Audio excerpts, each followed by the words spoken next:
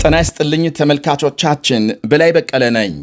የመካከለኛው ምስራቅ ቀውስ ተባብሶ ሲቀጥል በተለይ የአሜሪካው መሪ በሆርሙዝ ሰርጥ በሚያልፉ መርከቦች ላይ የ20 በመቶ ታሪፍ የማስከፈል ዕቅዳቸው ከፍተኛ ውዝግብ አስነስቷል። የአሜሪካ ወዳጅ ሀገሮች ሳይቀሩ ተቃውሞ እያሰሙ ናቸው። አሜሪካም በኢራን ወደቦች ዳግም እገዳ መጣሏ ሲነገር ኢራን አንዳች ጥቃት በእስራኤል ላይ ብትፈጽም የከፋ ምላሽ እንደሚጠብቃት ጠቅላይ ሚኒስትር ቤንያሚን ኔታንያሁ አስጠንቅቀዋል። የጦርነቱን መስፋፋት ተከትሎ በባሕረ ሰላጤው ሀገሮች የአየር ክልል የሚያልፉ የመንገደኛ አውሮፕላኖች አቅጣጫ እንዲቀይሩ ማስጠንቀቂያ ወጥቷል። ሁሉንም በዝርዝር እናቀርባለን። አብራችሁን እንድትቆዩ ጋብዛለሁ። የአውሮፓ ህብረት አቪዬሽን ኤጀንሲ በባሕረ ሰላጤው ሀገሮች የአየር ክልል የሚበሩ አውሮፕላኖች ጥንቃቄ እንዲያደርጉ አስጠነቀቀ። ኤጀንሲው ዛሬ ባወጣው መግለጫም በተለይ በባህሬን፣ ኩዌት፣ ኳታር፣ የተባበሩት አረብ ኤምሬትስ እና በኦማን ባሕረ ሰላጤ የአየር ክልል የሚበሩ አውሮፕላኖች አቅጣጫ እንዲቀይሩ አስጠንቅቋል። ሁኔታውን በጥንቃቄ እየተከታተለ መሆኑንና ቢያንስ ለሚቀጥሉት 2 ሳምንታት አየር መንገዶች ማስጠንቀቂያውን ተግባራዊ እንዲያደርጉ ጥሪ አቅርበዋል። ተባብሶ በቀጠለው ጦርነት በባሕረ ሰላጤው ሀገሮች አየር ክልል የተዋጊ ጀቶች እንቅስቃሴ፣ የአየር መከላከያም የሚሳኤልና ድሮኖች መወንጨፍ ለመንገደኞች አውሮፕላን በረራ አደገኛ ነው ብሏል ኤጀንሲው። በሌላ ዜና ኢራን በእስራኤል ላይ ጥቃት ከፈጸመች የከፋ ምላሽ እንደሚጠብቃት ጠቅላይ ሚኒስትር ቤንያሚን ኔታንያሁ አስጠንቅቀዋል። ኢራን የእስራኤል ጎረቤት ዮርዳኖስን ጨምሮ በባሕረ ሰላጤው ሀገሮች ጥቃት መፈጸሟን ተከትሎ ጠቅላይ ሚኒስትር ቤንያሚን ኔታንያሁ በሰጡት መግለጫ ቴሄራን አንዳች ጥቃት በእስራኤል ብታደርስ እጅግ ከባድ ምላሽ ይጠብቃታል ሲሉ አስጠንቅቀዋል። ለዚህ ደግሞ የሀገሪቱ ጦር ኃይል በተጠንቀቅ መቆሙን ገልጸዋል። ለኢራን መሪዎች አንድ መልእክት አለኝ። እኛን ለማጥቃት ከሞከራችሁ በኋላ የተረጋጋ ሁኔታም ይመጣል ብላችሁ እንዳትጠብቁ። የከዚህ ቀደሙ ይደገማል ብላችሁም አትጠብቁ።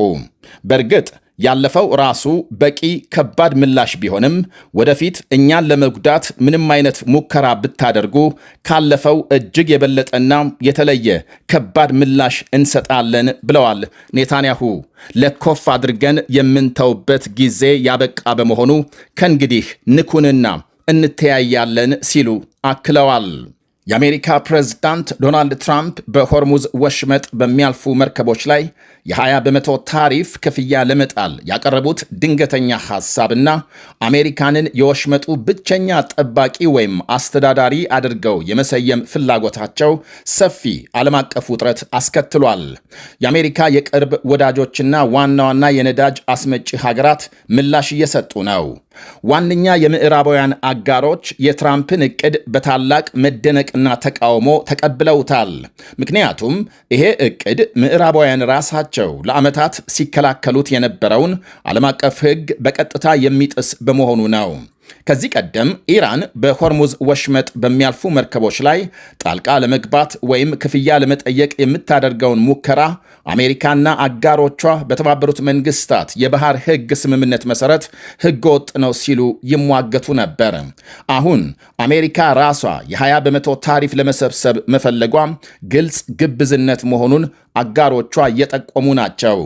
የተባበሩት መንግስታት ዓለም አቀፍ ባህር ላይ ድርጅት ፈጣን ምላሽ የሰጠ ሲሆን ማንኛውም ሀገር ዓለም አቀፍ የመተላለፊያ ወሽመጦችን ለሚጠቀሙ መርከቦች የግዴታ ክፍያ ለመጠየቅ ምንም አይነት ዓለም አቀፍ ሕጋዊ መሰረት የለውም ሲል በጽኑ አውግዟል። እንደ ብሪታንያ፣ ፈረንሳይ፣ ጀርመንና ጣሊያን ያሉ የአውሮፓ ሀያላን በእንዲህ አይነት ሁኔታዎች ውስጥ በአሜሪካ በሚመራው ወታደራዊ ዘመቻ ላይ ለመሳተፍ የቀረበውን ጥሪ ውድቅ አድርገዋል።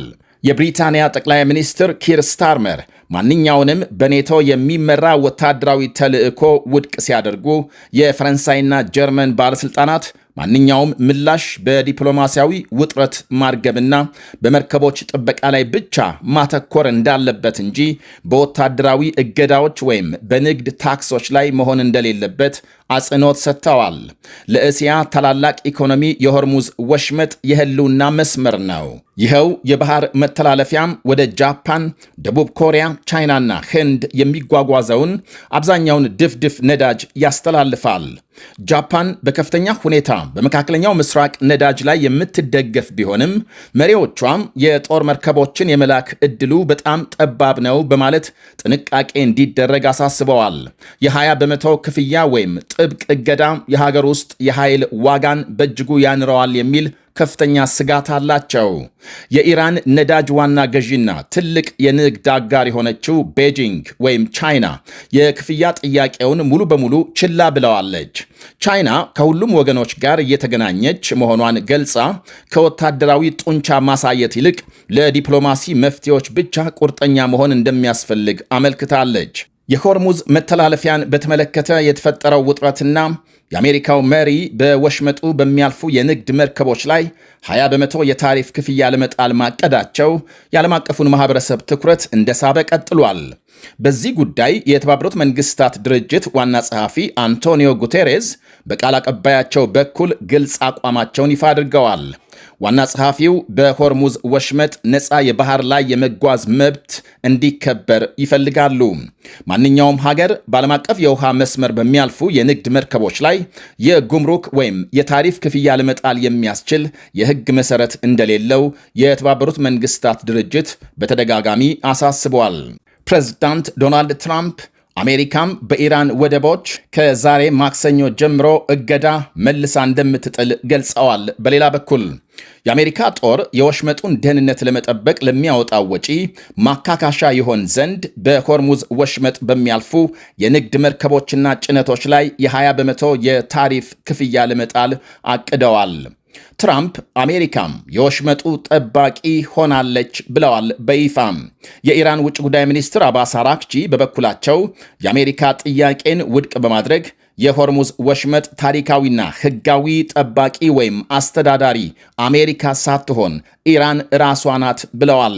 አሜሪካ የጠየቀችው 20 በመቶ ክፍያ በጣም የተጋነነ መሆኑን በመጥቀስ መርከቦችን የመጠበቅ ሥራ በኢራን በኩል በተሻለና ፍትሐዊ በሆነ አነስተኛ ዋጋ ሊከናወን እንደሚችል በመግለጽ የአሜሪካንን ፍላጎት ተገዳድረዋል። የኢራን ክሩዝ ሚሳይሎች በሆርሙዝ ሰርጥ በሚንቀሳቀሱ ሁለት የተባበሩት አረብ ኤሚሬትስ የነዳጅ ጫኝ መርከቦች ላይ ግልጽና ድፍረት የተሞላበት ጥቃት ፈጽመዋል ሲል የሀገሪቱ መከላከያ ሚኒስቴር አስታውቋል።